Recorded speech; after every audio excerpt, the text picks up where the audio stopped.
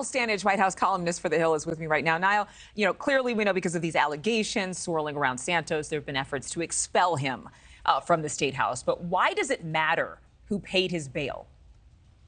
It only matters if the person who paid or co-signed the bail is someone who had a political interest in influencing him.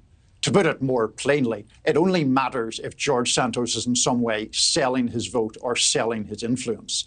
If he is correctly implying that the people who have signed this bond are family members, I don't frankly see the issue. So this could be something at noon today, could also be nothing, and I think it's only fair to say that. It could be a nothing burger, as they say, as the kids are saying these days.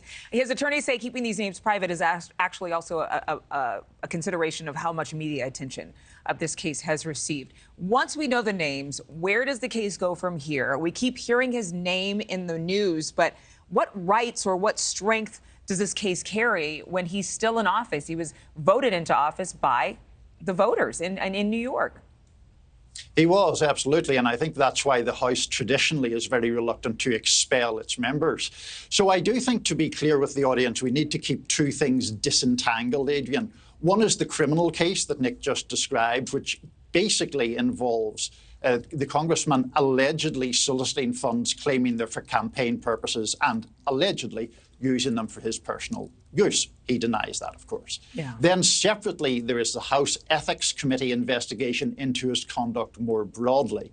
That involves the various lies he told while running for office, which he has owned up to, at least some of them, as well as some of the other things we've just been talking about.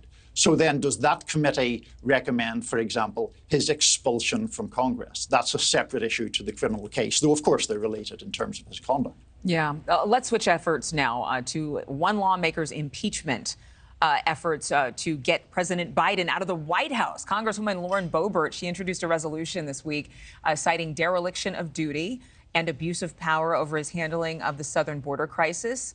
A long shot? It is a long shot because her own party leadership doesn't agree with her, or specifically doesn't agree that it should be done now.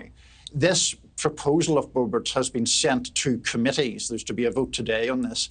I don't want to get into rather dull congressional language. Leadership is trying to bury this proposal or delay it for as long as possible. Now, the Congresswoman says she might bring it up again and again if leadership continues to postpone. But to answer your question, is it a long shot? Yes, right now it's a very long shot. And more attention really seems to be with regard to her spat, speaking of language, with firebrand Marjorie Taylor Greene, who called her the B word and says that Boebert stole this impeachment resolution language from her. Yes, quite a lively exchange on the floor of the House, by all accounts, between those two. I mean, the interesting thing about those two congresswomen is that they represent a very similar point of view, but they clearly clash on a personal level, very heatedly indeed.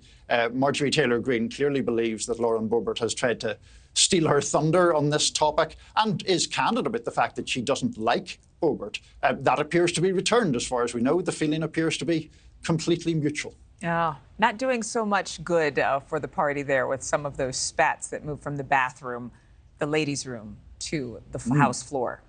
Yeah, hopefully they can all just get along. Niall Stanage, thank you so much. Thank you for watching. Go to newsnationnow.com to find News Nation on your television provider. And don't forget to click the red subscribe button below to get more of News Nation's fact-driven, unbiased coverage.